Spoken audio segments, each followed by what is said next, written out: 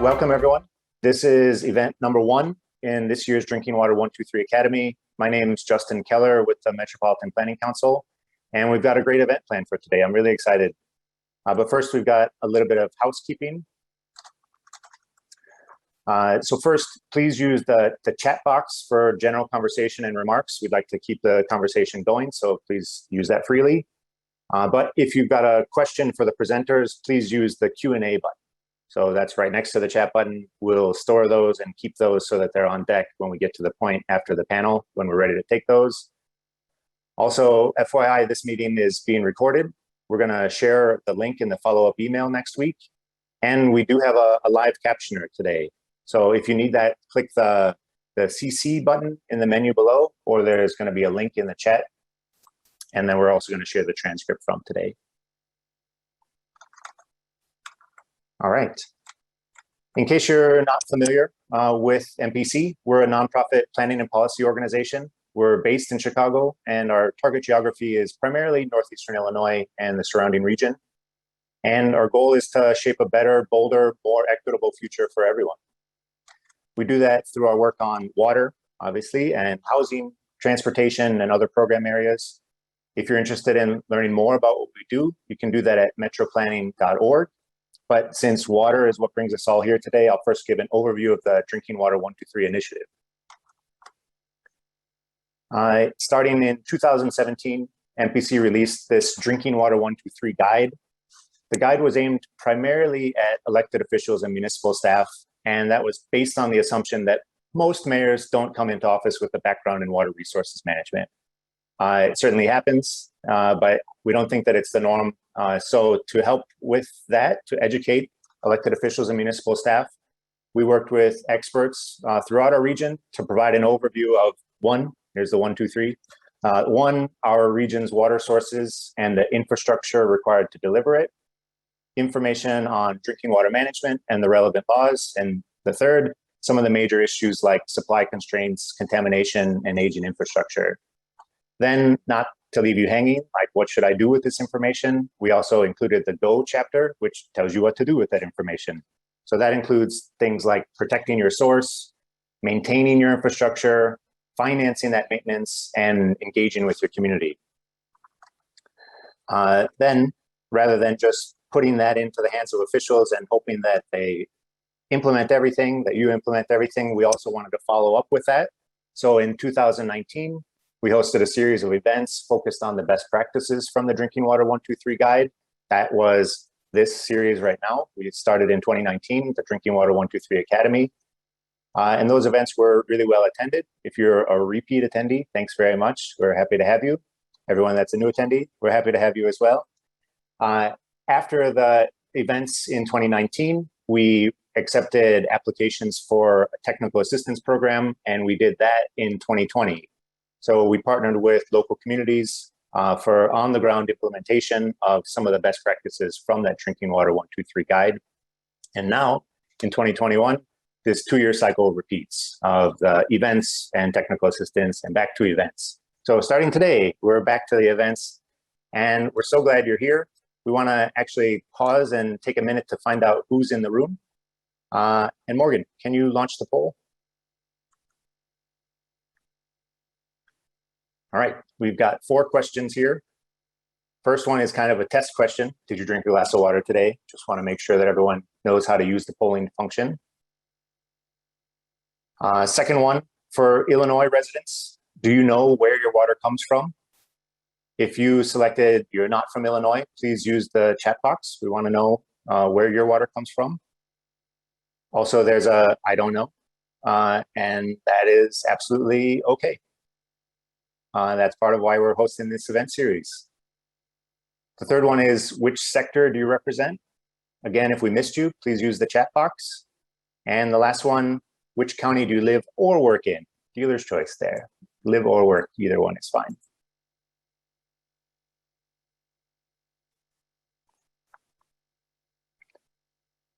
Again, if you need closed captioning, you can click the CC button, or there's a link in the chat. And those are to the same captions. We have a live captioner today. Someone from Indiana, great.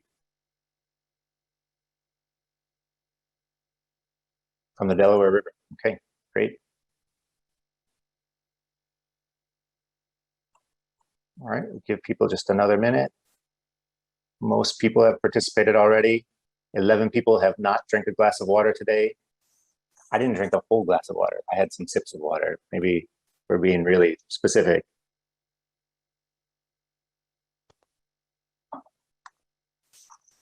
Okay, I think we can close the polling. Let's see. Yes, most people drank water today. Did you thank your water operator and thank your municipal staff for helping to provide safe, clean drinking water for you today?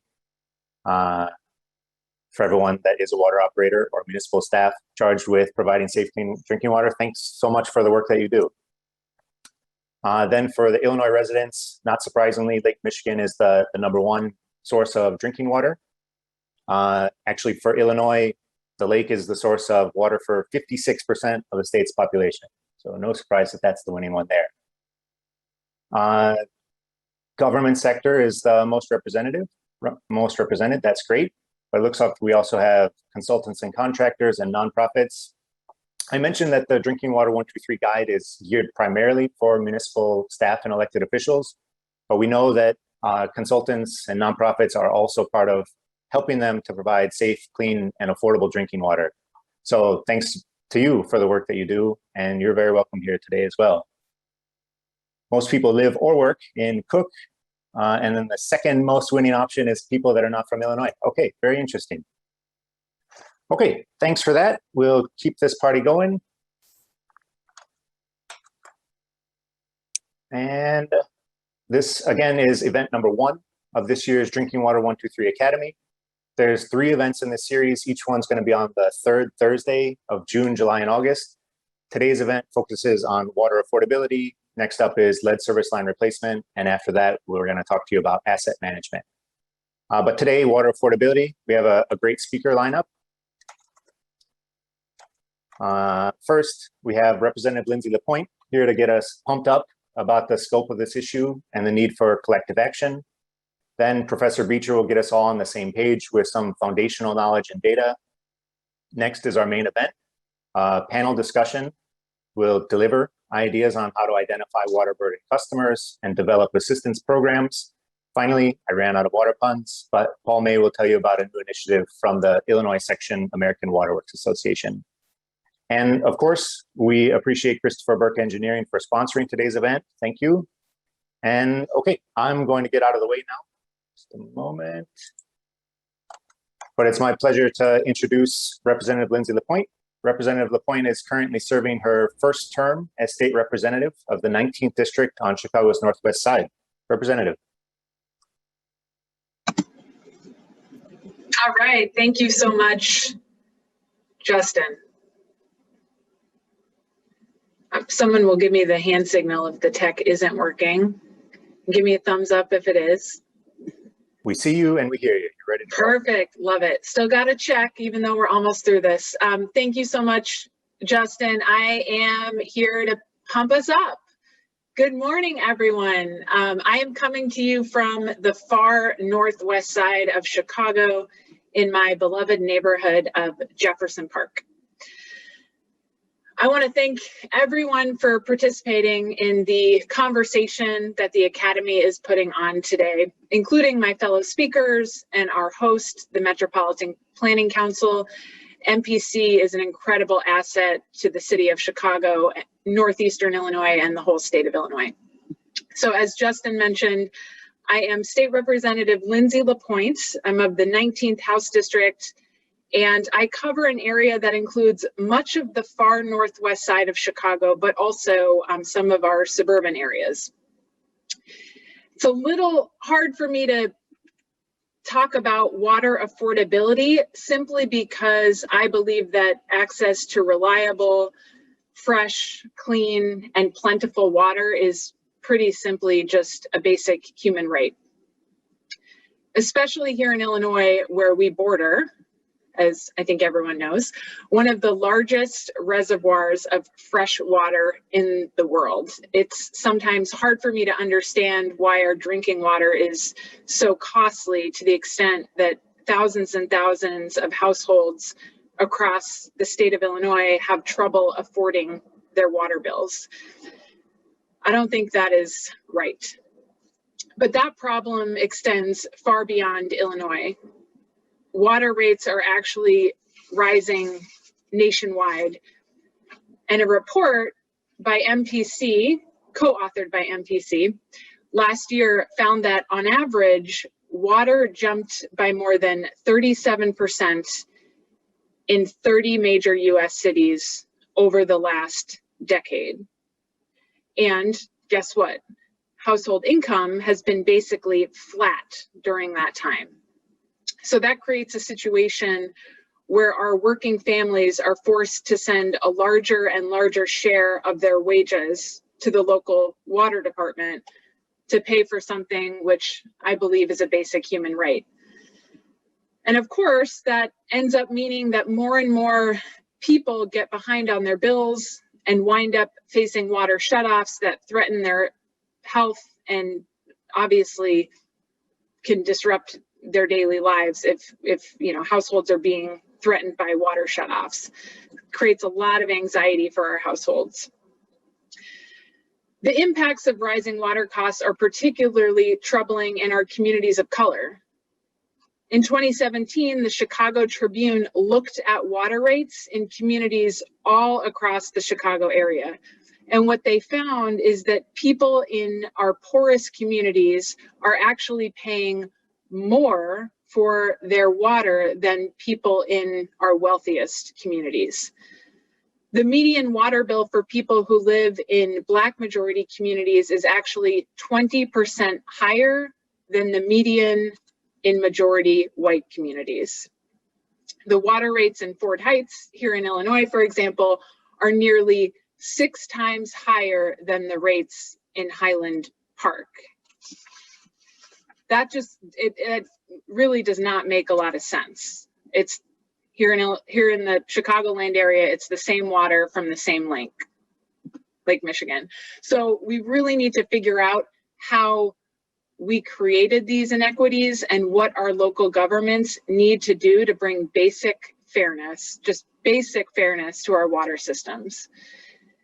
In 2019, Illinois made a pretty good start towards figuring out what is going on with our water rate affordability.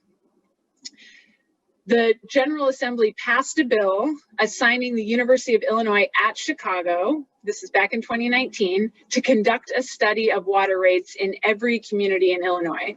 So the study would look at what are the drivers of increases in water rates, and the study would develop a new definition of water rate affordability in Illinois. And it would also, of course, highlight opportunities for local units of government to cooperate in ways with the ultimate goal of bringing water costs down. Ultimately, the study would help all of us to better understand why so many people in Illinois are having problems affording their water and what we need to do to create systems that make water affordable for everyone. In this case, in every corner of Illinois. So, great piece of legislation. Love it.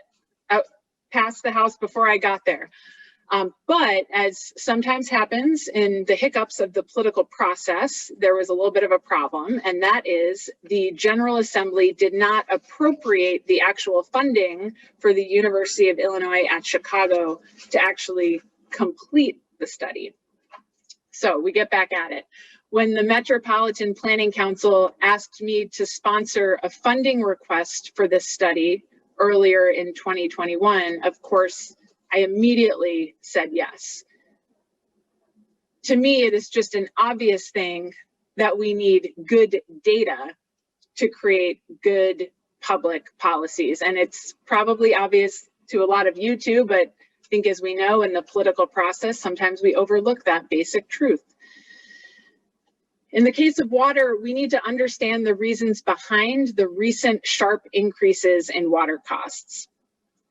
We also need to figure out a more equitable way to charge for water, because it is just not right to force some families to choose between keeping the water on and paying their light bills or buying groceries really in every year, but those inequities have become even more acute and intense during the last year and a half that we've had. So that is why I was so pleased to carry this bill, and I fought hard this past session in Springfield to pass House Bill 3852, which actually provided the funding for UIC to complete this vital study and give us the information we need to start solving these problems together.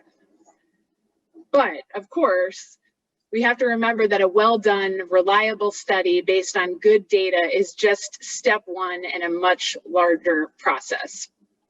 To make sure that every person in Illinois has access to affordable water, we need to create new strong coalitions that bring together elected officials, housing advocates, consumer groups, community members, and of course, this academy today is part of that next step.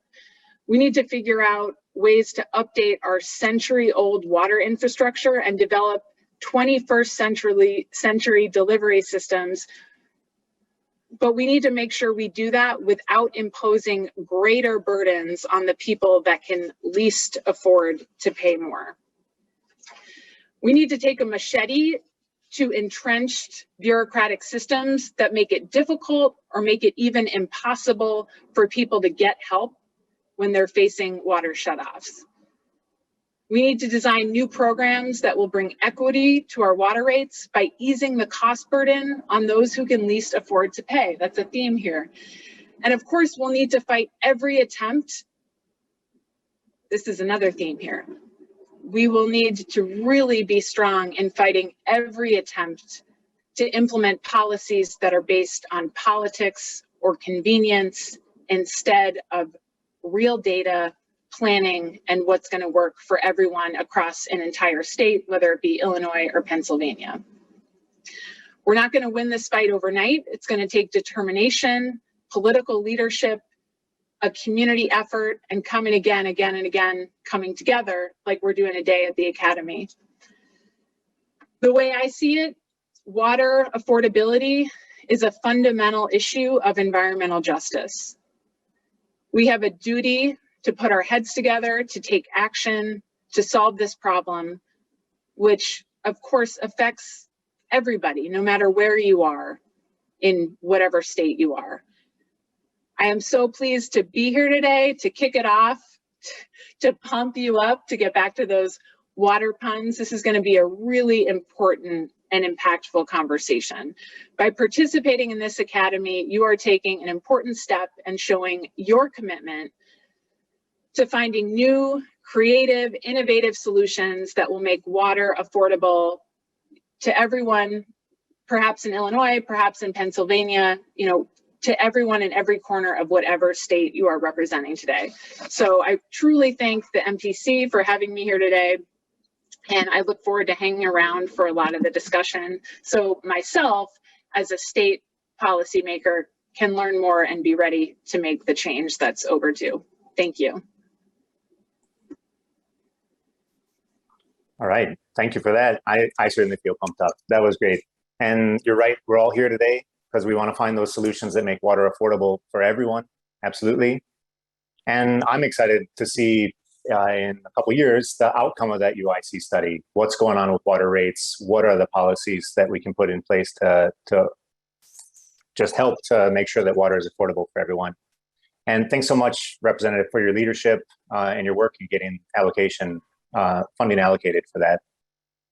I really like your points that we're not pointing the finger at utilities or municipalities of you're doing this wrong, and that's why water is unaffordable for people. This is going to take local policy, state policy, federal policy, funding to support local government, and of course, working with communities, all of us working together to find those innovative solutions. So that was great.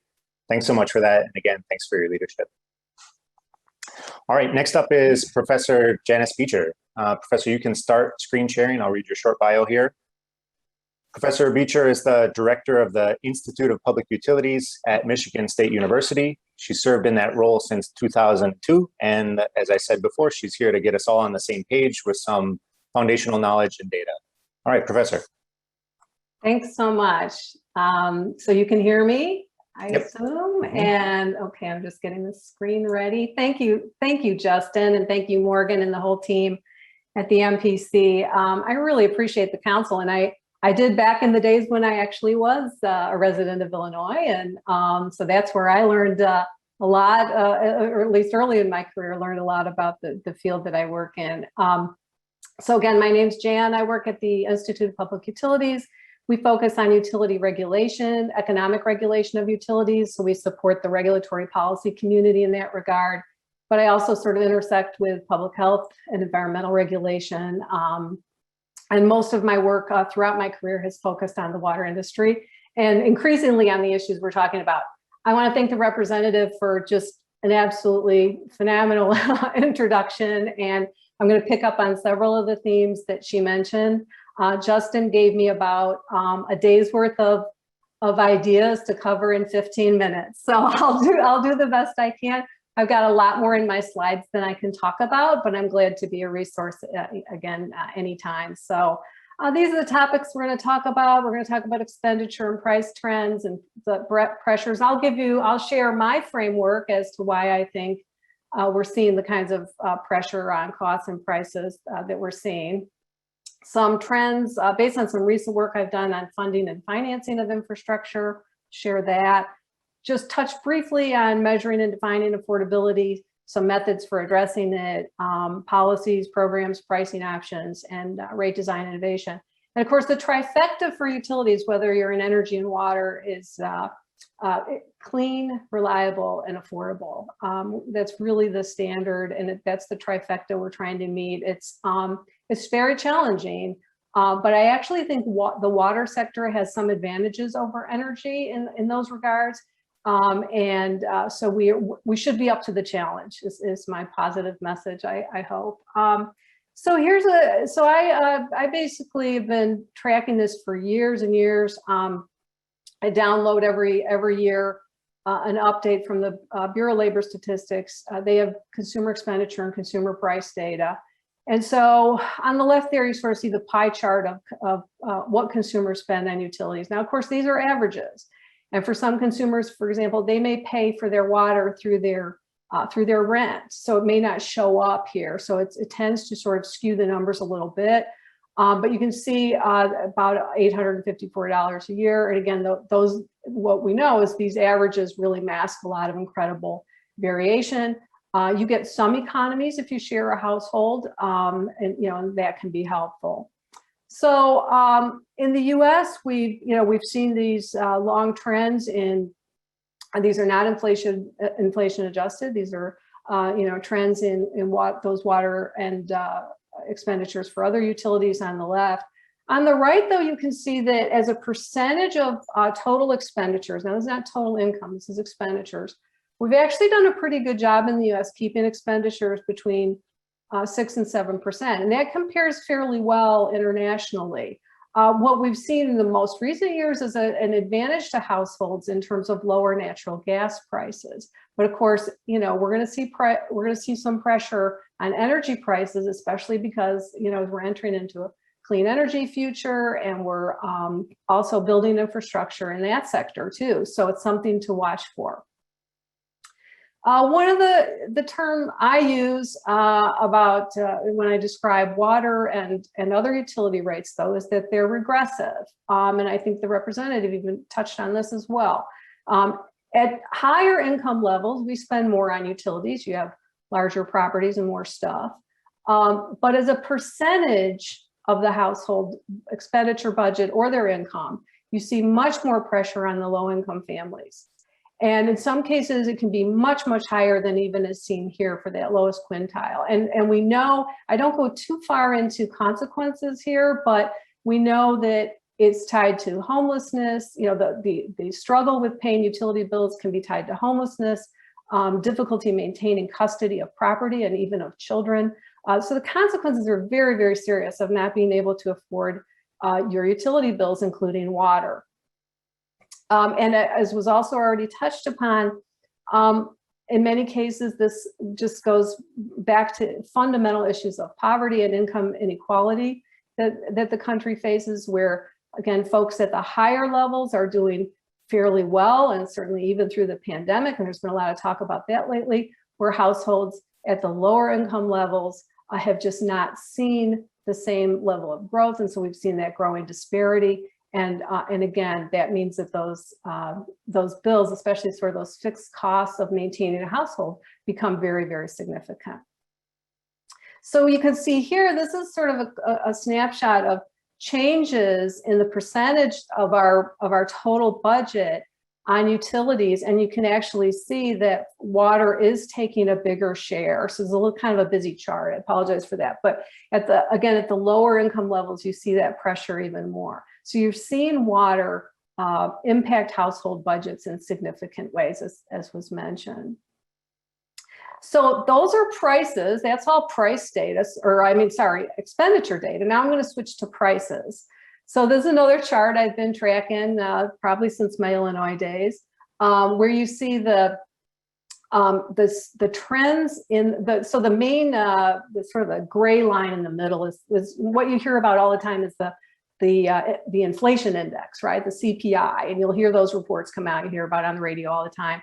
And so they also have CPI. They track the CPI for different expenditure price areas or sector areas of the economy, including utilities. And so what I've done here is sort of shown with electricity, natural gas, and telecommunications services, we've stayed relatively comfortably under the overall rate of inflation. Now it's going to be something to watch though in the next few years. Again, these trends are dynamic. What do you see way exceeding inflation is water and sewer services, also garbage collection, as we've seen more pricing of solid waste services. Now, the CPI for utilities in Chicago actually is not looking too bad, because again, it sort of reflects that overall average. I was able to pull that out real quickly. And I'm always a little reluctant to show this. Justin asked about, well, how do utilities compare to other things? Of course, college tuition is the one that we don't like to mention, but it's certainly a big factor as well. And another area, frankly, that we need to address in terms of affordability.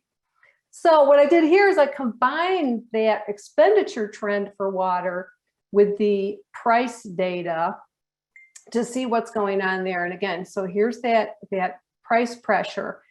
And unfortunately, that combines with usage. Now usage is falling. I'm going to come back to that in a little bit, but the price is going up at a rate that offsets the gains of that efficiency, if that makes sense. In other words, that we're still seeing a lot of pressure. I was kind of hopeful there for a few years that we'd see some relief on expenditures, but it's definitely creeping up the last few years. So you're seeing those household expenditures go up.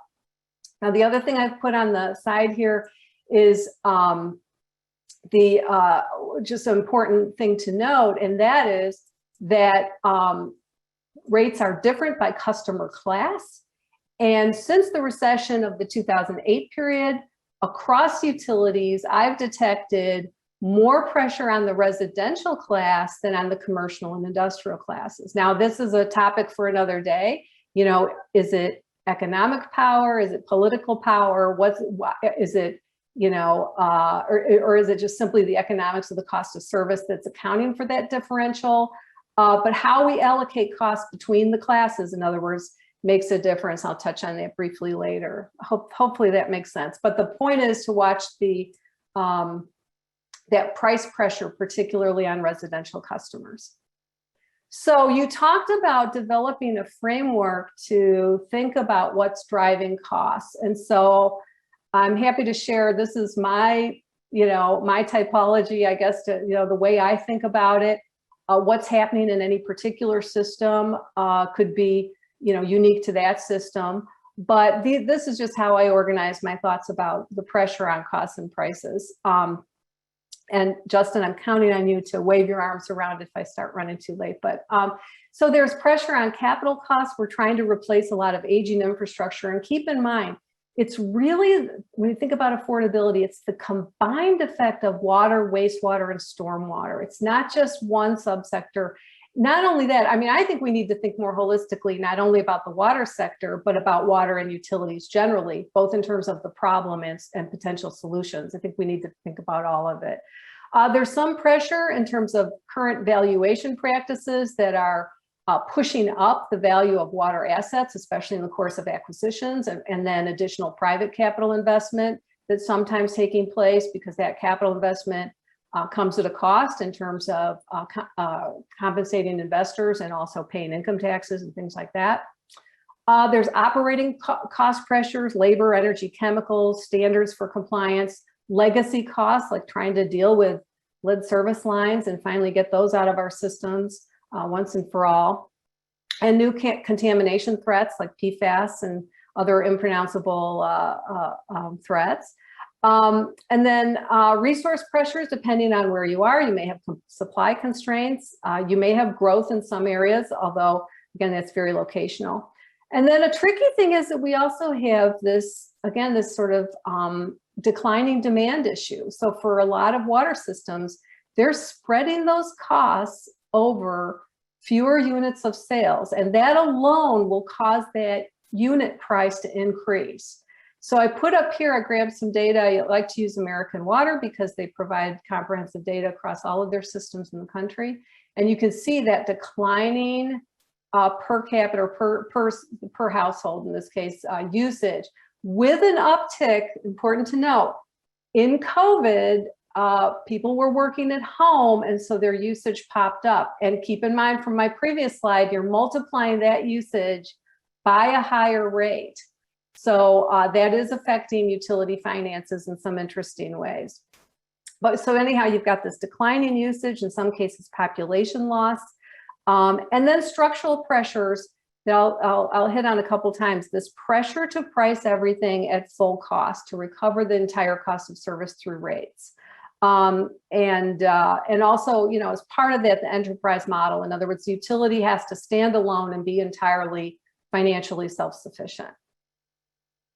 Now this is again a slide we could probably spend a half an hour on or more, but this is another one of my, you know, just after thinking about these things and working on them for many years, this is my typology for sort of explaining the difference in rates, especially between, you know, public and private, but also larger and smaller systems and so on. These are some of the key drivers. You know, taxes, you know, do they pay taxes and fees? Do they pay returns? Do they have certain costing practices or rate making practices? Do they get contributed capital up front from developers that can help them keep, you know, that keep the rates down or impact the rates? There are very significant locational drivers and scale drivers, how they compensate their employees. Are there transfers in or are subsidies that cross over from the system? And is there any cost avoidance going on? Are there investment incentives? And again, full cost pricing that you'll get particularly under utility economic regulation. That's, you know, especially true on the private side. So I did this paper recently. I'm glad to share links for anybody who's interested on funding and financing infrastructure. And this chart on the left gets used everywhere. Every report uses it to show that the federal support for the water sector has really waned. And that's something that's getting a lot of appropriate attention right now. That's a good thing. And again, in this report, I sort of detected these four major shifts, you know, from a government role in funding to a government role in financing. That's very different. You know, financing has to be paid back. A shift from the federal to the state and local levels, a shift from incorporating tax revenues to going strictly to user fees in many cases. And then the difference between financing with public capital, which tends to be at a lower cost, versus financing with private capital at a higher cost. So a big theme that I'm working on is, again, picking up on what I mentioned before. You've got this regressiveness when you talk about utility rates, the first bar. With a tax instrument, you at least have a possibility of being more progressive or at least less regressive, if that makes sense. So one of the things I'm encouraging is a more, again, you know, a more holistic approach and a hybrid approach that maybe combines elements or instruments of both user fees and taxes to help address equity. So again, this is just a quick survey result from AWWA. Asked their managers, will you be fully able to afford, or support the cost of service? And you can see that going towards the future, a lot of them have been expressing concern about that exact issue. I'm not going to go into the details of these, but I threw these in here just for reference. EPA measures affordability with, with this 2% of median household income, 2% for waste, or 2.5% for water, 2% for wastewater. Now, these are used in standard setting as an overall metric. There's a lot of pushback now on median household income. And while I agree that it does not help you necessarily fully understand the problem or craft solutions, it does say something about the capacity of the community as a whole to help address the issue, because of the distribution of wealth. But you need multiple metrics, I think, is the answer. And so some of the recent criticism, again, has pointed out, if you're a low-income family, 2.5%, 2%, 4.5%, this will really add up to it doesn't take too long for you to hit that number under current rates. So again, I won't go into this, but AWWA, other groups define affordability in different ways and provide you that information about how to look at that. It's an area that's really developing. There's been a lot of great research, so I put some references in here about that, including, Professor Teodoro's work on alternative metrics, and then some of the pros and cons of some of these alternative metrics too. So how do we address affordability? We basically have three ways to deal with it: policies, programs, and prices. And so I'm going to focus a little bit here on, on pricing, but the rationale for assistance has been laid out pretty well, including sort of the business case. There's a nice paper by Tracy Meehan and Ian Gansler in the AWWA Journal, if you want to take a look at that, about how it can, investing in an affordability program can sort of yield benefits back to the utility and of course the community.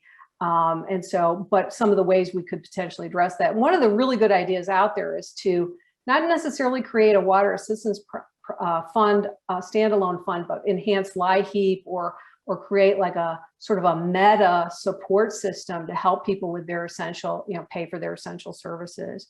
And there's some of the AWWA M1 manual has pointed out some of the advantages and the disadvantages of funding programs at the utility level. So just a couple of more things. Here's, different stakeholders in rate making have different expectations. Ratepayers really want that safe, adequate, reliable service and a controllable and affordable bill. I want to emphasize that each step of rate making, setting the revenue requirement, allocating the costs across users and customer groups, and then rate design, all three matter to affordability. We need to have efficient systems. We need to find ways to lower and manage revenue requirements. We need to find ways to allocate costs and possibly allocate some costs through tax structures and then design rates. We want to be really careful about this fixed charge. There's fixed and variable charges. You can address affordability through both. The fixed charge can really put pressure on the customer's bill and they have no control over it. There are things you can do like a lifeline rate or certain kinds of tiered rates to get that first block more affordable. The economics literature on this really tends to emphasize a little bit more prices being too low. And there's a lot of that talk in the water industry that prices are actually too low. But we've got to remember, if prices are too high, that also has deleterious welfare effects. So we want to pay attention to both prices that are too low or too high, especially depending on their usage. So another framework I use is that water systems actually deliver different products through one set of pipes. They provide fire protection, and that, and so yet we price water in a way that sort of ignores that in some respects, to how much of the infrastructure is designed and managed to put out fires.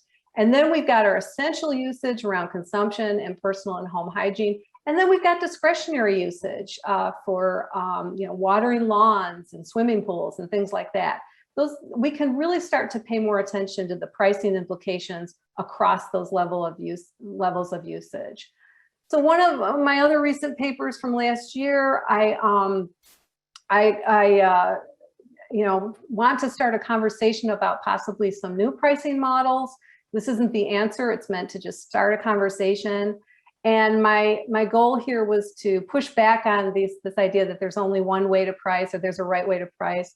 The model that I envision more explicitly recognizes the public functionality of water in cost allocation, including fire protection, sanitation, healthier communities.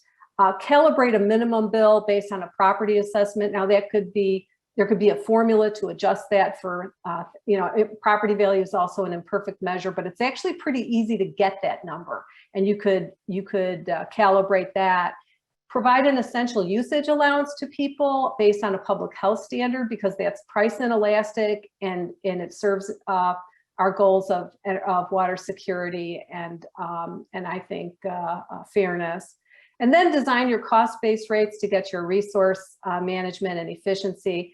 And if I were czar, I would prohibit disconnection altogether. I don't think it's a healthy policy. I don't think it's actually that effective of a policy. And I think if we put an end to it, and in rare cases used a service limiter instead to at least keep some water coming into the home, that would be a more humane option, and it would focus our attention on finding solutions to the water affordability issue. So it's simply my attempt to throw something out there. So the good thing is there's lots of great resources from the council and others on these issues. I have a website where I have a bunch of links. I'll have to check it out, make sure it's reasonably current, but there's lots to help you out there. Here's my last thoughts. Again, water affordability is just an ongoing challenge. If people are struggling, they're probably struggling across the board. We need new frameworks, we need innovation, we need positive energy here. And so I'm hoping all of you will be part of that. Thanks very much. All right, thanks, Professor. You're right. I asked you to cover the entire world of water affordability, and I gave you a very limited time to do it. But thanks for covering all that information. I think that a lot of people probably got a lot of different things out of it. And I personally want to go back and dig into those slides because there was a lot of great stuff there.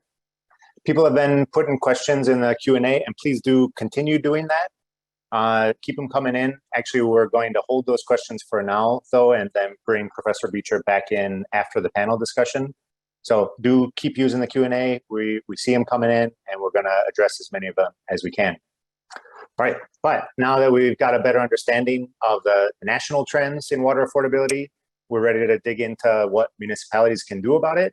And our panel today, very excited to introduce Cecilia Reyes from the Chicago Tribune. Cecilia.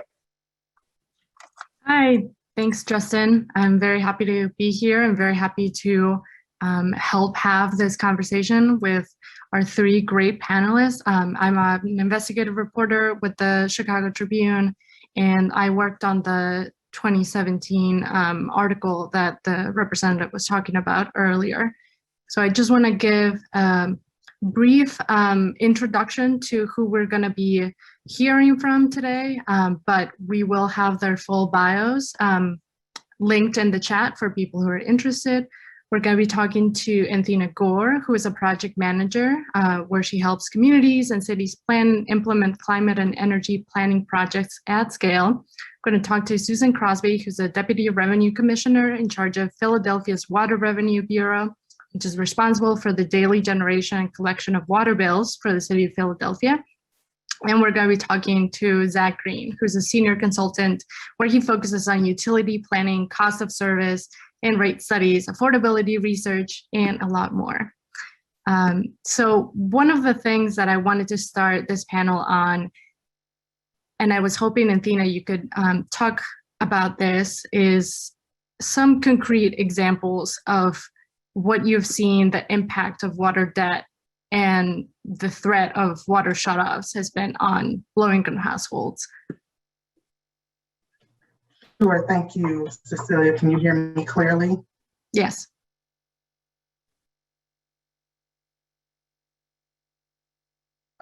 think I lost my connection.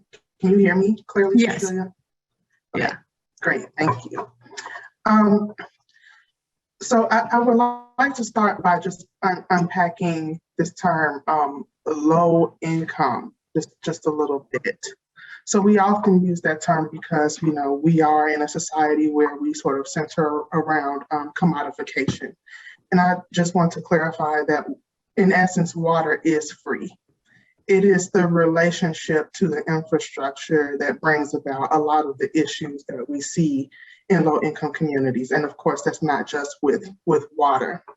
But, you know, we have to deal with this historical experience and relationship of BIPOC communities to commodification, and think about how we are sort of looking at people who see themselves as water stewards or people who are caregivers for natural resources, and they're assimilating into a culture of, you know, conquer, compete, and commodify. So that's how we end up in this situation. I just want to be very clear about that. So what we're seeing are the effects of that in communities, not just in the Chicago region, but across the state and across the country. So when we talk about water debt, we're talking about the change in relationship that people are experiencing because of the infrastructure, because of the income difference, because of not having access to certain rights and privileges that may be afforded to others, not having that income and economic opportunity gap closing. So the water debt is really the main problem because it starts to roll over in these communities, and it just continues to compound and compound. And again, seeing things like liens on homes, threats to having their children taken away, threats to hygiene and personal health, which is devastating during a time of COVID.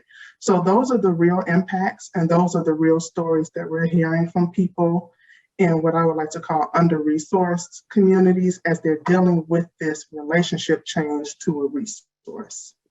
Yeah, and I know you worked with Chicago and Evanston around this topic of water affordability. Can you just quickly touch on specifically what you were able to help them with, or generally? Sure, yes. We were able to work with the city of Chicago and the city of Evanston to do a water affordability study in Chicago and a water rate design study for the city of Evanston. And in both communities, we looked at the usage, the rate of water burden, and the affordability. We used census tracts to sort of map out where those issues are pervasive. And that was the quantitative side. On the qualitative side, we also conducted interviews and focus groups with affected communities to make sure that we are ground truthing the data that we were able to collect. So that's just a brief snapshot of what we did. And we are producing reports that are right now internal to those cities. So more to come on that in the future. Great. And I do want to circle back to you on that community outreach and who is all involved when you want to tackle this problem. But I also wanted to ask you, Zach, if you could talk a little bit about customer assistance programs, how they relate to water affordability, what are the options more generally that municipalities or utilities can consider when they're tackling this problem? Sure, thanks, Cecilia. And everyone who's spoken, I think, is doing a really good job approaching this from many perspectives. One thing we talked about as a panel in preparing for this is distinguishing between addressing affordability in terms of rates and other forms of assistance that, it could be one-time financial assistance or mechanisms that aren't inherent in the baseline rate or other programmatic features. So I'm just going to talk through a few examples of each. I'll start with the rate structures. So I think we're going to maybe talk a little bit later about programs like the TAP program in Philadelphia, which is an example of income-based rates, which kind of aligns with the way EPA has historically measured affordability, which is a bill as a percentage of income. Other ways to address it are aspects like family size. So sometimes you might have a multifamily rate that's different than your single family property rate. That could be something in the range of 70% of the single family rate, for example, with the understanding that those homes may be smaller. Other examples that Jan mentioned, lifeline rates and inclining block rates. I don't think we have time to sort of get in the mechanics of how those all work, but essentially different amounts of water usage have different rates. You could have fixed charges that vary by meter size, so that the fixed portion is scaled based on how big the property is and how much water capacity that fixed charge is covering capital costs for. And you could have differential rates by class, where you might have one class of commercial customers subsidizing a residential class, or vice versa. Some communities have said that we want to make sure businesses want to come to our communities, and they have lower rates on the commercial side. And then, and we'll talk about sort of why that is and how communities get to these rate structures later in the panel. So those are some rate structure examples. Assistance programs can take the form of discounts to those fixed or volumetric rates, but not that aren't necessarily inherently built into the rate. Could be a one-time discount or a fixed amount across a year. And those could be through sort of vouchers, credits, rebates, grants, one-time payment assistance. Could have debt or arrearage forgiveness. We're seeing this new federal program, LIWAP, being developed that's going to be modeled on LIHEAP to help with some of the debt that's been accumulated during COVID. Fee maximums, if you have late payment fees, those could be frozen at a certain point. You can have payment plans that give customers time to catch up without accruing additional debt. The billing frequency is another element. Some people find it's much easier to pay monthly bills than quarterly bills because they're smaller. Shut-off moratoria is something almost every community did during COVID, and some communities are holding on to those longer than others. Low flow fixture discount programs, so incentives to help people conserve. Conservation education programs are even a form of customer assistance, and Jan mentioned flow restriction devices. I know of one community where the utility manager was really skeptical about these flow restriction devices, but as an alternative to shutting people off, she actually had one put on her own home to say, can I take a shower? Can I maintain sanitation with these devices? And felt it was a more humane alternative. So that is another tool in the toolkit of utility. Yeah, that is definitely a lot more than I thought you were going to be able to come up with. Yeah, so there's a lot available out there. And you did specifically mention Philly's Tiered Assistance Program, TAP. Susan, could you explain how that works? Sure. Thank you, Cecilia. And thank you to the Metropolitan Planning Council for inviting me here today. So TAP, because we also love water puns, is a percentage of income rate, like Zach mentioned, but it's based on the household. And it gives our customers who are 150% of the federal poverty level and below, and those experiencing a special hardship, a personalized individual rate based on their household income. In addition, it has a component of principal and penalty forgiveness that helps erase generational debt that Athena had mentioned. Great. I think I want to move to, ask all of you what you see the first step being for a community that wants to address affordability, maybe through assistance programs, maybe through undertaking actual rate studies. What do you all see as the first things that they should be looking at? I think you first need to look at your population. Here in Philadelphia, we are unfortunately, one of the largest, poorest cities in the nation. And so we have a large portion of our customers are low income. And so we knew that we had to develop a program that assisted as many customers as possible.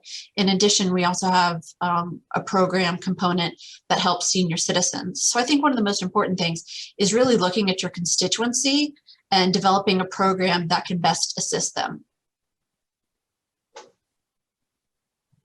I would definitely agree with what Susan just said. Like, not only taking a look, but also being with and being in community with your constituency as well. The stakeholder engagement process is critical to any type of policy and legislation development, and also looking at how you can assist people, not only to have them cyclically involved in an assistance program, but for that program to work to move them off of it, which should be the point. It shouldn't be a permanent thing. So I think that really sitting with, going to and understanding the community that you're trying to affect, seeing firsthand what's happening with the water infrastructure in their homes, with their water bills, paying attention, being kind, being human is the first step. Yeah, and since we're kind of on this topic already, Susan or Athena, who was in the room when you were having those conversations in Philadelphia or Chicago, Evanston? Right. So when our program was first developed, it was it initiated from a bill that our city council introduced and passed in 2015. We didn't actually launch until July of 2017. And through those 2 years, we engaged in a robust stakeholder outreach. We worked with city council, their constituent services. We partnered with our local legal aid society, Community Legal Services, who has a utility unit. So we were able to access their clients. We also worked with our community partners who provide grants and services to our customers. And we also held public hearings to reach out, as Athena was saying, to really understand what our customers needed. We also involved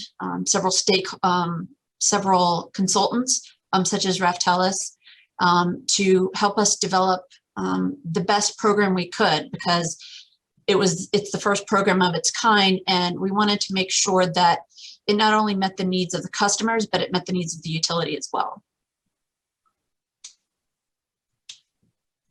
Any other thoughts on who was in the room? For Elevate, we were calling as consultants to each of the cities that we worked with. So I can say that we spoke one-on-one to residents that were dealing with issues of water affordability. We also spoke to some who were dealing with just water infrastructure issues, leaks, plumbing deficiencies, and we are actually running a pilot program that continues to address those things for residents in partnership with the city of Chicago. But the city of Chicago has also taken its own initiative to engage with water advocates on a regular basis. So there is some engagement of community at this point. For the city of Evanston, they're a pretty tight-knit community. They've always had pretty good engagement, and they have several commissions as well. And they have a really great public-facing program for their metering alerts, or their leak alert program, excuse me. So there are some great relationships already in place in the city of Evanston, and Chicago is continuing to build as the issues are unfolding.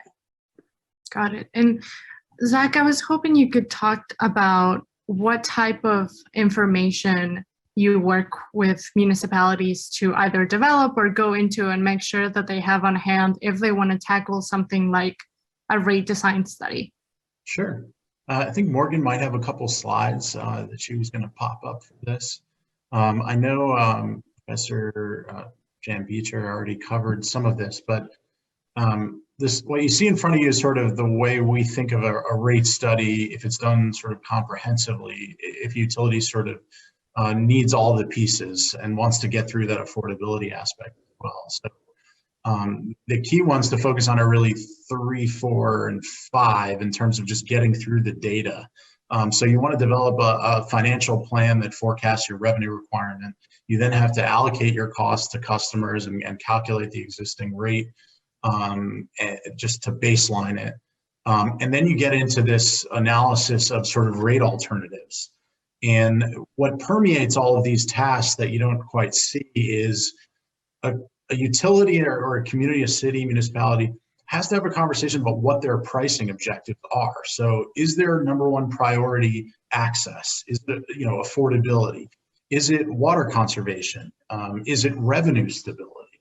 So there are all these things which can sometimes be competing that an organization might want to look at when they're trying to get through developing a new rate structure or addressing affordability. For the affordability piece, there's a lot of stakeholder engagement, as we've been talking about. You need to baseline your community relative to peers locally and nationally, understand the customer experience, and then figure out the best levers that you have to address affordability. In some communities, unfortunately, there are laws that prevent the subsidization of some customers by others. And there's a great report, the Pathways report, we refer to it as, by UNC EFC, looking at that. What they assessed in Illinois, for example, is that the Commerce Commission, which regulates investor-owned or private utilities, might push back if you tried to say subsidize low-income customers from others to achieve affordability. For most municipal utilities, there's probably more leeway to do that under home rule in Illinois. An example of the ways this has been done in other places, there's an agreement between Detroit and the Great Lakes Water Authority that guaranteed that I think 0.5% of revenue would be dedicated to affordability for the next 40 years. So there are ways that communities can codify into their wholesale agreements or rate structures or water laws these programs to sort of formalize them and ensure that the revenue's there, or what some people deem human health, right? Because that's really what we're talking about when we're talking about making sure people can afford an essential level of water usage. So, the data needs through all of these are wide-ranging. We've talked about census data. You might need GIS data to define your service area, billing data on the number of bills and the consumption units by class, and then obviously all the financials that go into establishing the revenue requirement and allocating those costs, different functions that Jan talked about, such as sort of discretionary versus essential usage. So you can go to the next slide, Morgan. This just gets into a little more of the detail of a cost of service aspect, which is really a very wonky part of this. We're just trying to say, what does it cost to serve a given customer? But that's really just a starting point if you're going towards an affordable rate structure. It's really just kind of calculating the baseline, and then you can make decisions about how those costs should build. Yeah, thank you. I mean, what you said about having a goal in mind at the beginning sounds absolutely key. And I think equally important, as I've heard from municipalities, oftentimes is what they don't want to happen. And so I was wondering, Susan, if you could talk about Philadelphia's bottom line and whether, implementing TAP affected that or how it affected that. Sure, I think Morgan also has the slide for me. As I said, our program was ramping up in our fiscal year, which begins in July 15 to 17. And we created a low-income unit with 22 people, the fringes technology. That was about 2.25 million. And the program software and support was about 2 million. When our program launched in fiscal 18, you'll see that it's broken out in expenses and discounts.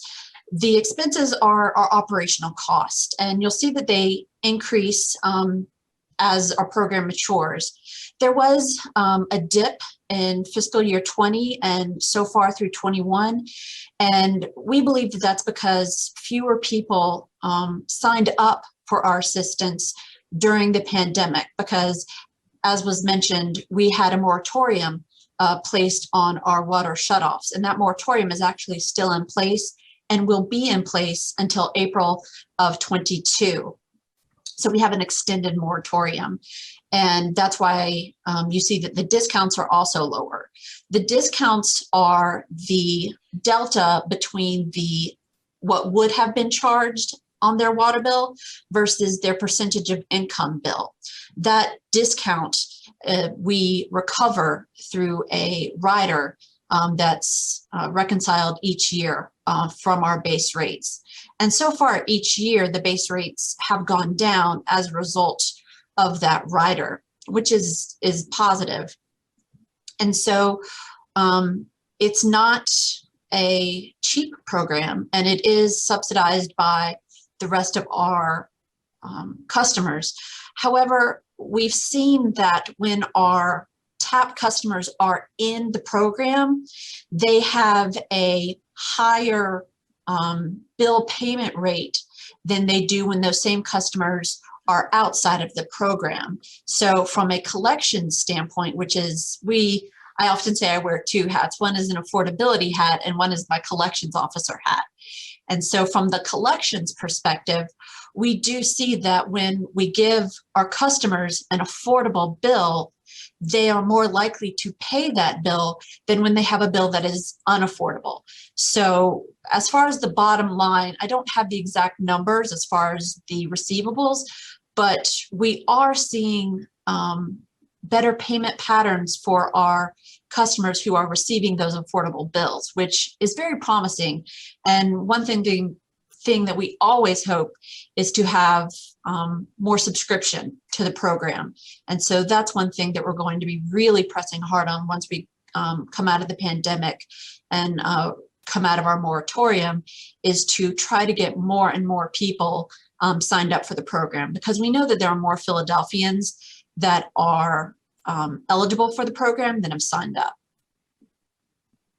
Yeah, I know that at least in Chicago, the utility bill relief program also kind of rests on that foundation that once you get people affordable or more affordable bills, that they're going to be able to pay them more reliably than they did before. And one thing that is, oh, go ahead, please. I was going to say, and it also helps budgeting for those customers, because the bill that they receive while they're on TAP is the same amount every single month. And so it allows them to better budget for their utility costs within their family budgets. Yeah, I think it's great that none of you are afraid to say subsidy. We've been saying that a lot in this conversation. And I'm wondering, Susan, Zach, or anybody, if you think that there are baby steps that a community can take, if they're not ready to take that plunge of, we're gonna ask our wealthier residents or commercial industrial customers to subsidize the bills for people who can't afford them, even partly, like what are some things that you can still do if you're trying to get to a goal of affordability? So one thing that we've had in Philadelphia for quite a long time is a senior citizen discount program that is based on both age and income. And those senior citizens receive a 25% discount on their rate. And we've had that for many years. And so that was our baby step to this affordability program. And even within the affordability program, we've had baby steps. We started out with a forgiveness portion for just the penalty. And just this year, or this fiscal year, in September of 20, we were able to launch a principal forgiveness component. So customers who remain in the program and have 24 full monthly payments receive forgiveness of the entirety of their pre-program arrears. And this is one of those things that really gets to the heart of the generational debt that many of our customers have, as the homes have been passed down from generation to generation. So we've kind of gone baby steps throughout. And just to add to that, I would say yes. I mean, certainly, I went through a long list of customer assistance and affordability alternatives that communities can explore. Raftellus has intervened in communities around the country and around the world at different stages in the maturity of those programs. Everything from conservation programs to those low flow fixture incentives to looking at networking with other social organizations and charities, the billing frequency, again, monthly, quarterly payment plans, and then, maybe eventually getting to something like a discount of the fixed charge portion of bill, lifeline rate, and inclining block. Some communities know that there's a big chronic problem in their community that they want to address with a big solution, and they feel like they have the flexibility or the funding to be able to implement those, and that's to be applauded. But Others do it kind of piecewise as they begin to understand the scale of the problem, what the needs of the community. Yeah. Oh, go ahead, program, Susan. Sorry, Cecilia. I No, forgot. go ahead, please. One of the programs that Philadelphia has, because we have one of the oldest water infrastructures in the country, is that lead service lines had been mentioned. Whenever the city of Philadelphia goes into service its own infrastructure, if they find that there are lead service lines within those homes that are in that area, we replace those lead service lines for free.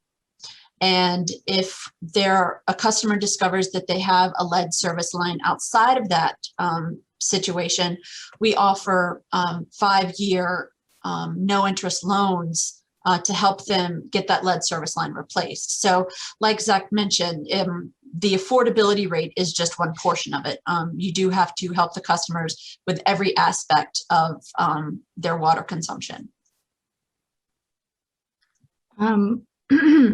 I just thought about this, but one of the challenges that I heard from municipalities when talking about, whether they're trying something new or not, is that oftentimes they can be beholden to the election cycle.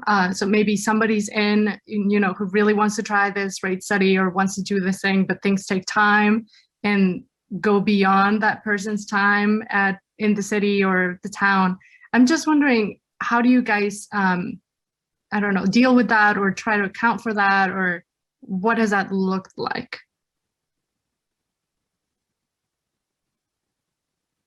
I mean, one thing I've found is that, educating up is important for a utility. Make sure you have the data to support the needs, whether it's a revenue requirement, you need a rate increase, or whether it's an affordability program.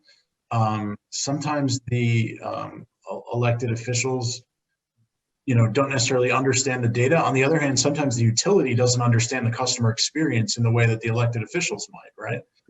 So I think there has to be dialogue. You have to have involvement from engineering, utility management, finance, but also the political realm to make things happen. Because when people sort of understand what the goal is and that it's in the best interest of the community, they're more apt to work together faster. Yeah. Any other thoughts on that? Luckily, let me rephrase that. In Philadelphia, we have traditionally had a Democrat in office. And because of that, we have a track record of mayors and city council members who are aligned with the ideas of affordability.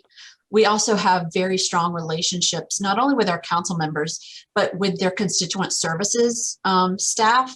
And we go out into the communities, and recently we've been going to the community's computers to reach out to them and let them know about all of our programs, not just TAP, because we think that it's important to make sure that they're aware of all of our the services that we provide.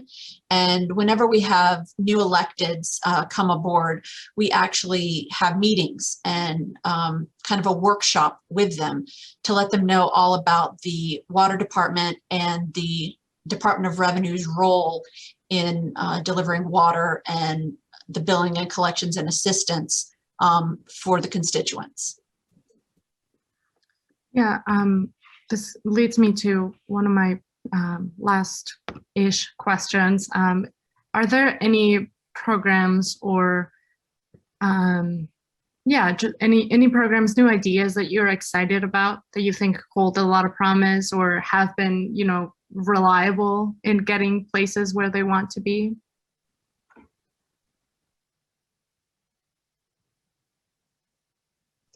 I can definitely say that, at least for Elevate, we are extremely excited about our water reconnection pilot that we're working on in partnership with the city.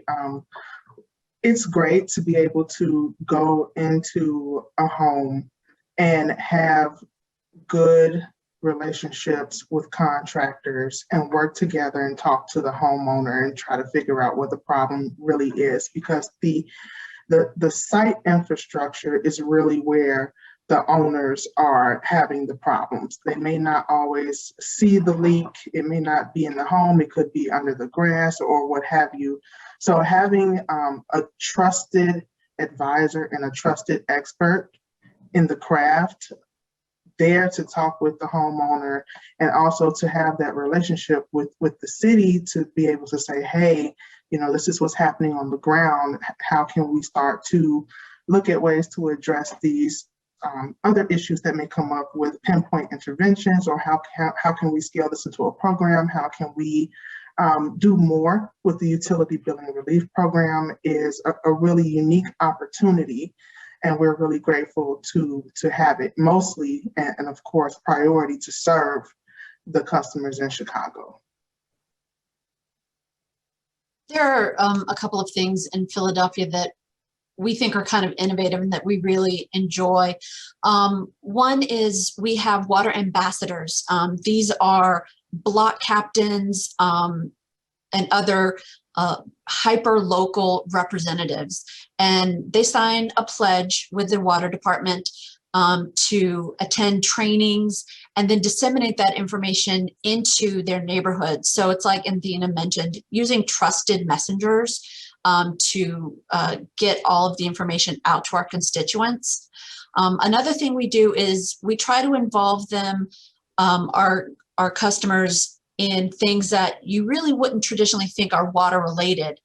In Philadelphia, we have a program, the Mural Arts Program, and the water department has partnered with the Mural Arts program to create water murals throughout our city. And when these murals are created, they're done in conjunction with the community. For instance, we had a recreational center where we covered the walls of the exterior in water murals. We used pictures of the residents in these murals to depict them drinking tap water, conservation efforts, local water sustainability issues. And so we involved them from the design process to the implementation. They came out and helped paint the murals. And so this non-traditional community engagement is something that we found really exciting. And it's just one of those things where we're trying to think outside of the box and get everyone involved, because not everyone thinks that water is as exciting as we do. And so getting the community members involved in any way we can is really something we strive to do. I'll just add one quick one. The EPA has a division called the Water Infrastructure and Resiliency Finance Center, and they will help smaller communities that might struggle with some of the administrative aspects of applying to different forms of funding and financing. They'll even go as far as I understand it to come out to your community, help you fill out applications. So just to address kind of that revenue requirement side of things, if folks are looking for administrative support, the federal government has some resources there. Yeah, thank you for that. I think that's a big one. That's a biggie. Okay, I think we should be moving to Q&A now, and we will have Janice Beecher join us. Thank you so much, Professor. Hi. I'm going to be kind of starting all over the place. Here's one question directed at you, Professor. Your thoughts on creating a Northeast Illinois water district to address disparity in water rates, and how we could do that, or what that would accomplish?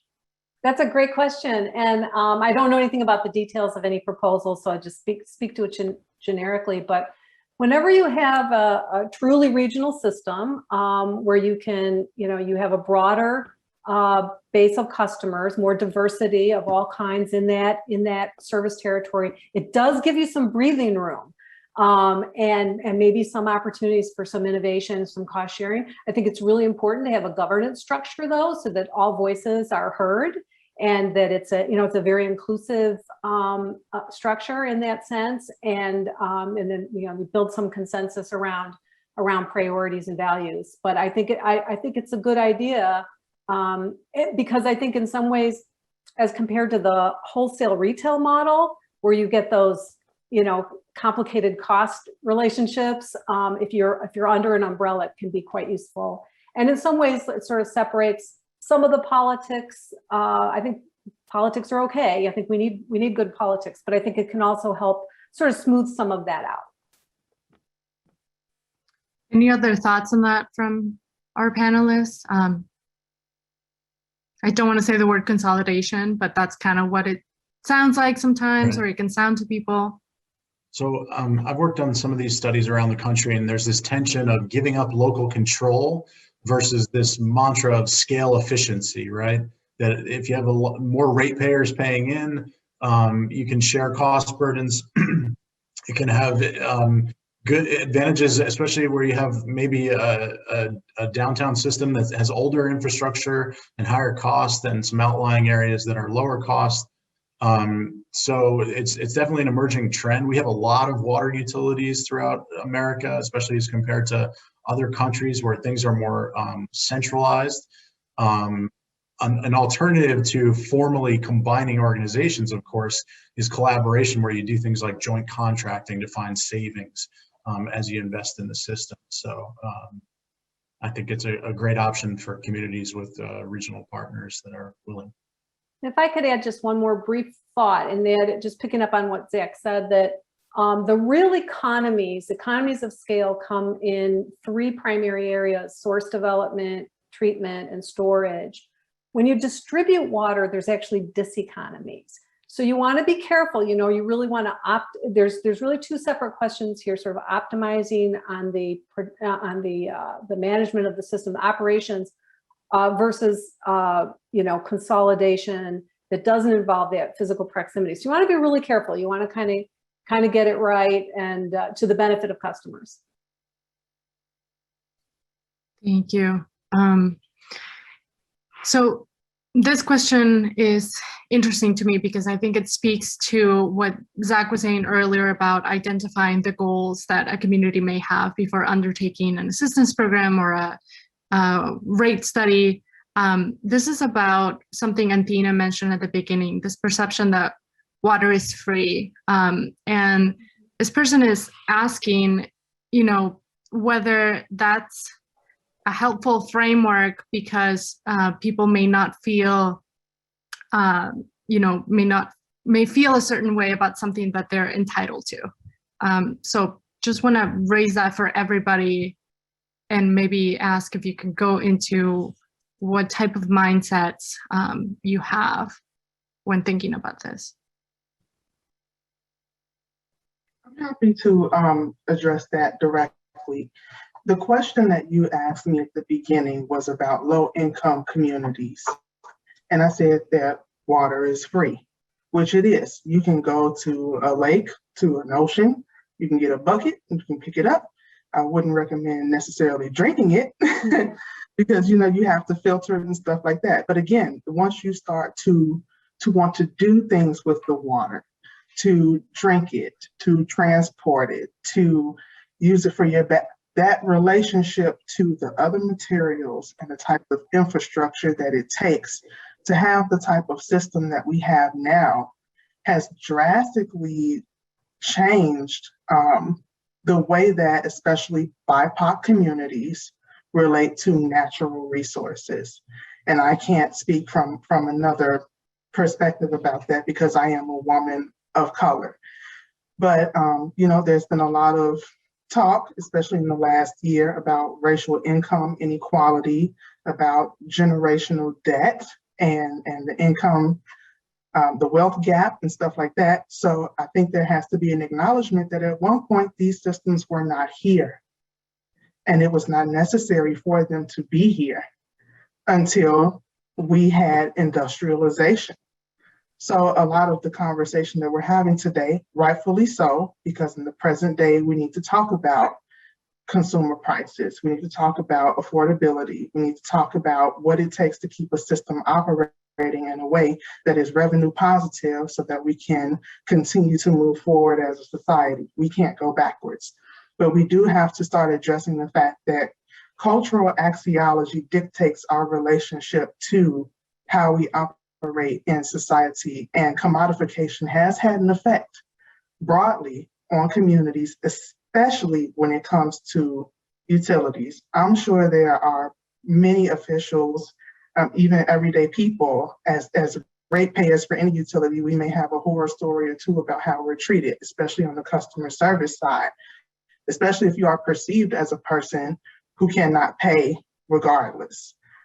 So I just want to clarify that that was in the context of the question asked, and I wasn't insinuating that water is free in terms of how do governments need to act in order to keep the benefits flowing to their communities.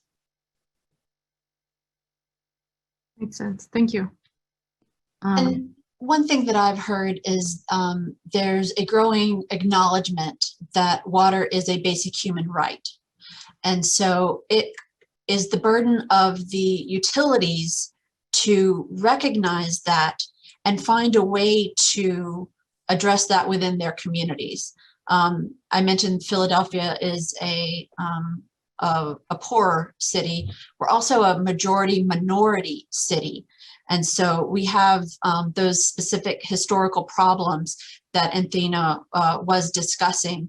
And so it's something that when I talk about my collections hat versus my affordability hat, it is something that we struggle with in local government, is balancing the infrastructure and making sure that we are delivering clean, drinkable, healthy water to our communities while also making it affordable. I don't think anyone really has the best answers, but I think that it's a very good thing that many municipalities and governments are recognizing that there needs to be a different frame of thought, frame of reference when thinking about utilities and water specifically. I think one point that we're sort of dancing around a little bit as well that's important to mention in this context is differential use. It gets more attention out west, but people water their lawns with drinking water.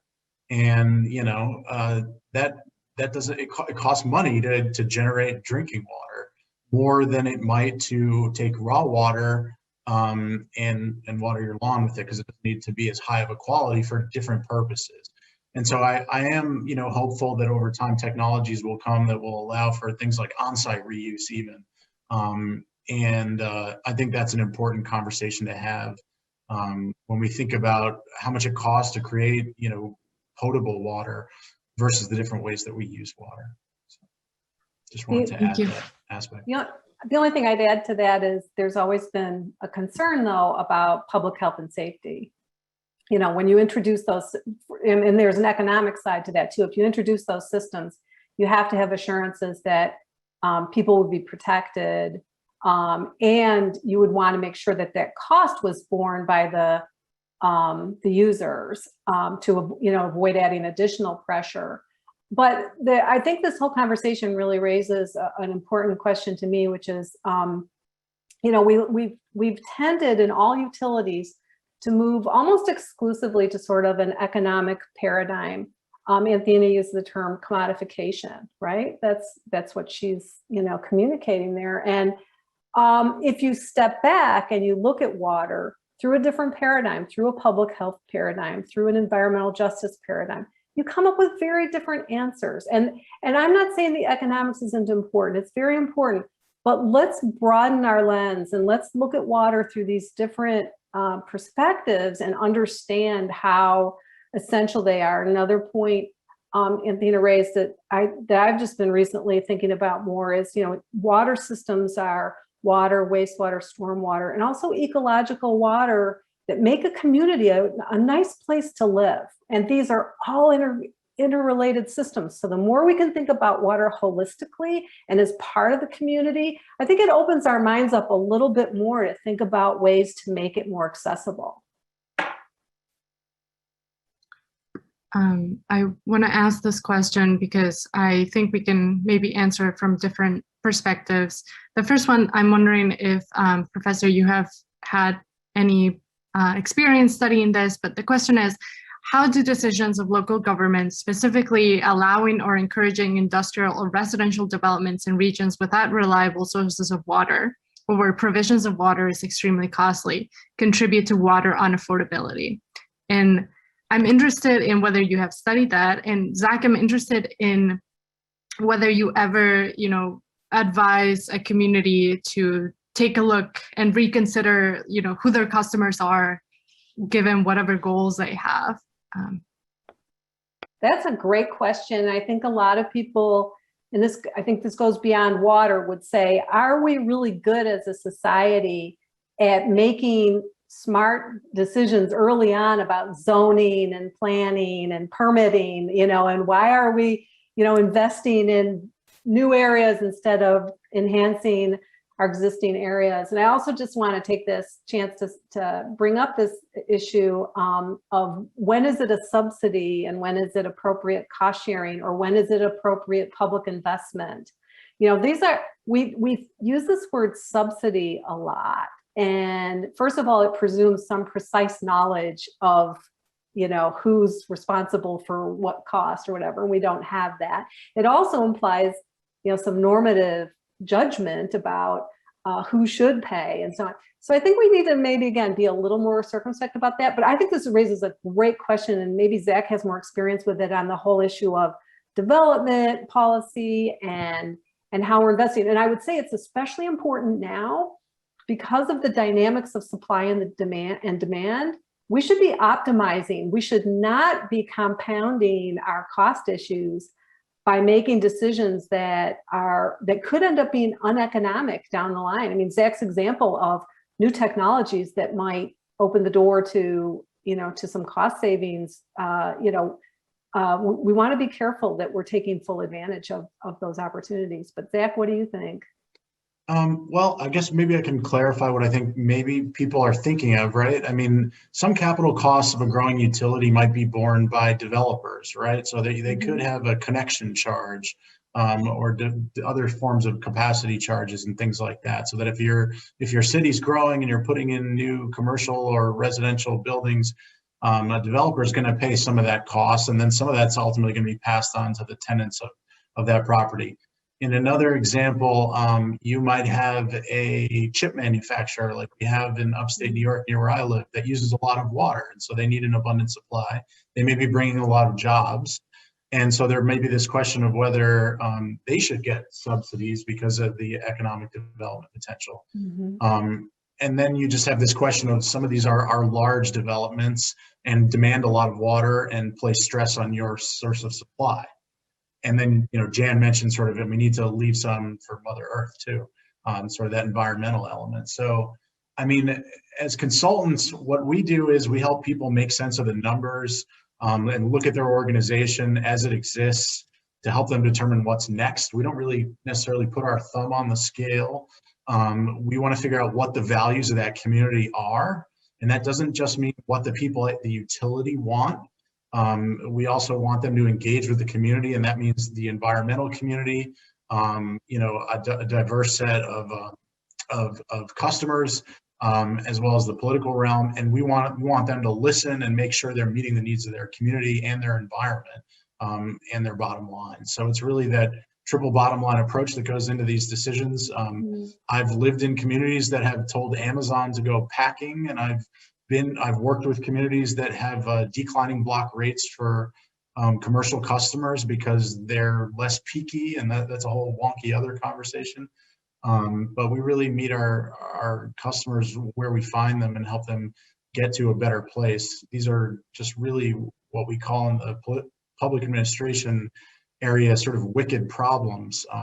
But communities have to rely on their values and what the data is telling them to get to the best decision. I know that's a flaky answer. If I could just add, if a community wants to, engage in that industrial development issue, they should probably be putting tax dollars toward it, not ratepayer dollars. And then, and even then, you've got the literature on sort of the race to the bottom, right, where all these communities are putting money towards things that may not necessarily have that payout. So it's an important thing for cities to think about. Susan? Yeah. Here in Philadelphia, one way that we try to encourage green growth is through our Green Cities Clean Waters program. We work with developers of commercial properties for them to institute stormwater management systems. We provide them with grants in order to develop their site to handle their stormwater so it doesn't add too much or add any stormwater to our overly burdened system. And so by doing that, we try to encourage smart development. And the program is also open to existing developments who can retrofit.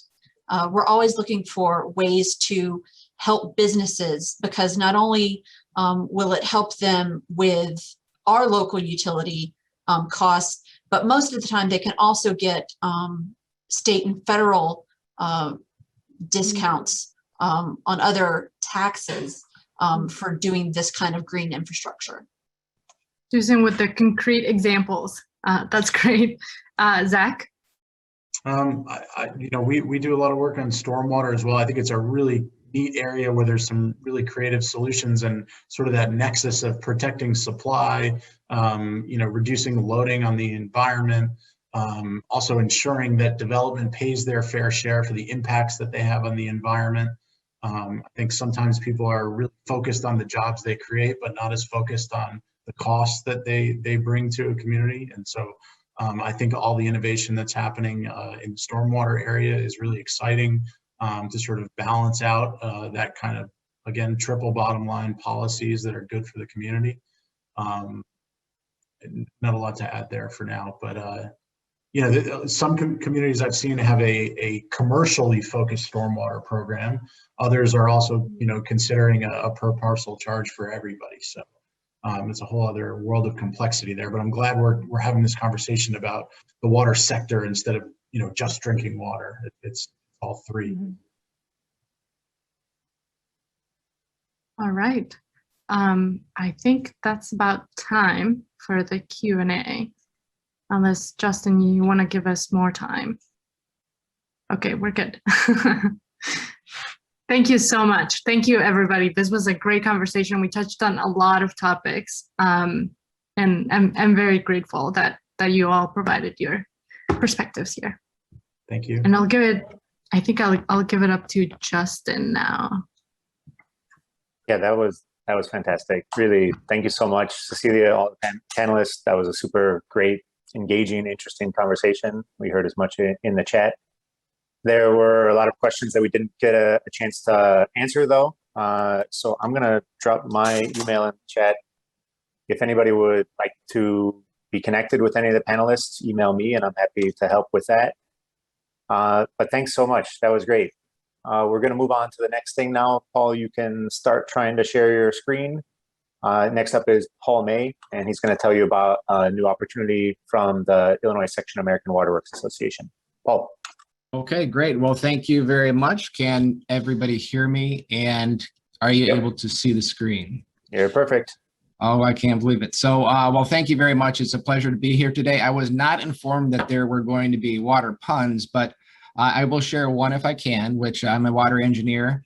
And the question is, what is a water engineer's least favorite vegetable? And the answer, of course, is leaks. Nutritious, perhaps, but alarming always. That makes my daughter's eyes roll around and groan, but I shared it with you nonetheless. It's the best I've got. But today I'm here as a trustee of the American Water Works Association Illinois District, and representing Cook County. And it was a pleasure to see so many participants from Cook County and on the surface water system, because I think this program will be relevant to you. What we're looking to do here is to create an engagement tool for municipalities and utilities to reach out to their elected officials and consumers to provide greater education, which I think will bolster a lot of the things that were discussed today. So I'm going to move very quickly through this program. And the Water Ambassador program is loosely linked or built upon the Tree City USA program, which some of you that are from municipalities might be aware of. The Tree City USA program was built to educate consumers or citizens about their values of the urban forest. It's a very simple program which requires the municipalities to engage their citizens, provide education, and reach out to their elected officials. All things which we thought were missing or at least could be enhanced in the water industry to deal with all these conundrums and wicked challenges that were mentioned during the presentations today. So the program is intended to be very easy. It's intended to be constructed in a way which magnifies the voice of utilities across different platforms so that the message that should be shared is received across a larger audience and is consistent across our industry. So there are four standards that are required in this program. And again, the objective is to utilize existing platforms to spread information and accurate information and relevant information for our communities in Illinois. And so the ways in which we have identified to do this is to utilize bill inserts for those who use paper billing, which I believe is probably most of us.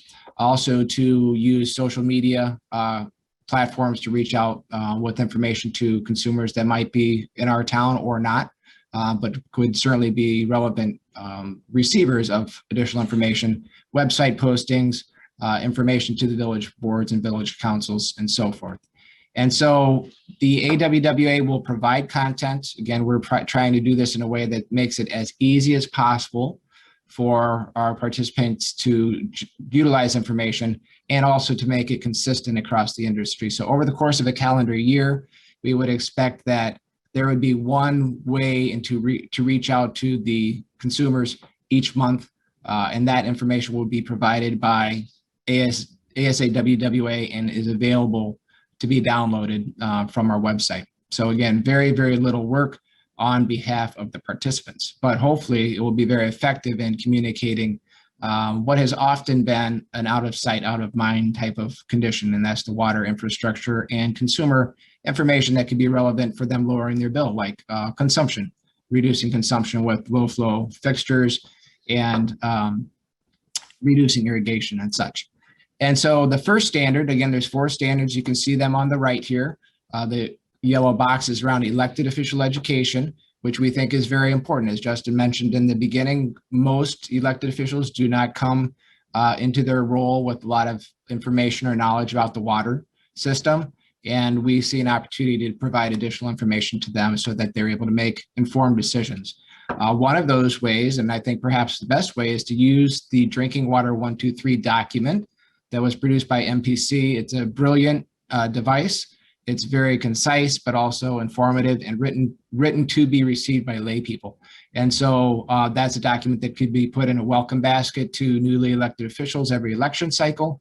Also, the participants could satisfy this standard by providing a tour of the water plant so that the elected officials actually get to see and put their hands on the pipes and pumps that serve water to their towns, or a presentation to the village board. And that would satisfy standard number one of the four. The second one is providing consumers education about the value of water. This is an important role. We had a lot of different discussions today about whether the price is too high and the price is too low or the price is just right. But it's important for the consumers to understand at least how the price is developed, what it compares to, and what it pays for. And that may be different whether your town has infrastructure that's 150 years old like Philadelphia, or you're a newer town that has newer infrastructure, or you have other issues that are relevant to your town like lead service replacement or a capital program which is necessary. And that helps communicate this information to the consumer to make them an engaged consumer rather than a consumer that is lacking information. Standard number three is industry understanding. So this might be answering questions that we all sometimes receive, like what's the difference between the drinking water system, wastewater system, and stormwater system? How are things funded? Why do I have to pay a bill for water and wastewater, but not for stormwater? Things like that might be relevant things that you could address during the consumer education category. And again, there will be documents and postings and images like the ones you see here before you today, available on our website. So it's simply a matter of the participating groups grabbing it, giving it to the webmaster, posting it, or copying it into a bill stuffer. And the last standard we call wildcards, but really it's an opportunity to celebrate other things that exist. You'll use synergies that exist between other platforms and programs that already exist, like Earth Day. Maintaining the integrity of our natural resources is very important, especially for those of us who are on the surface water system, Lake Michigan surface water system that has an actual finite limit to what we can use. Very important things, and you might have other things that are relevant to your community that you might want to celebrate as well. And this gives an opportunity for participants to do that.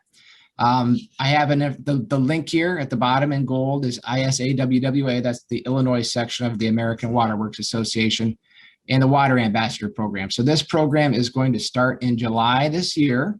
It'll be an annual cycle. And so there will be a churn, a new data, new information, new postings available each year for your participating communities to get information out to your citizens, your consumers, and your elected officials. So we hope that this is a new tool that will provide an instrument for all those that are on this presentation who are either consumers or providers or utilities to link up information and provide information from one party to the other. And that is all I have, Justin. Those who would like to see that again can go to that link or direct your staff, if you're with the municipality or a utility or an engineering consultant, to go to that website and you can sign up for additional information there. So thank you again very much. It's a pleasure to be here.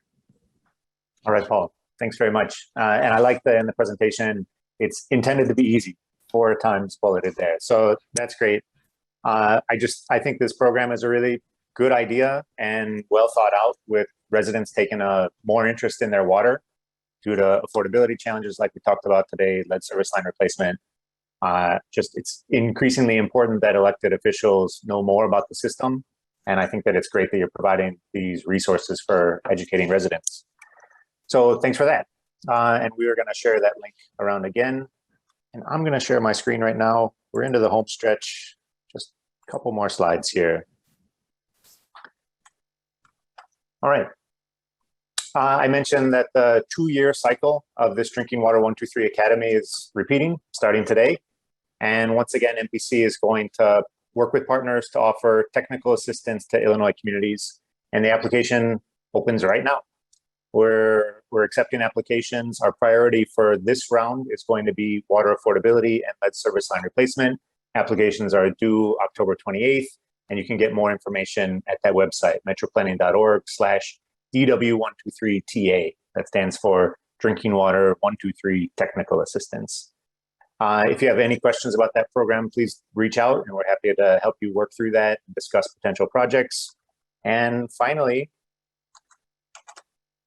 make sure to register for the other events in the series. So we'll see you back here July 15th to discuss lead service line replacement. Thank you, everybody, for attending today. Thanks for all of our panelists and presenters, and we'll see you back again. Thanks, everybody.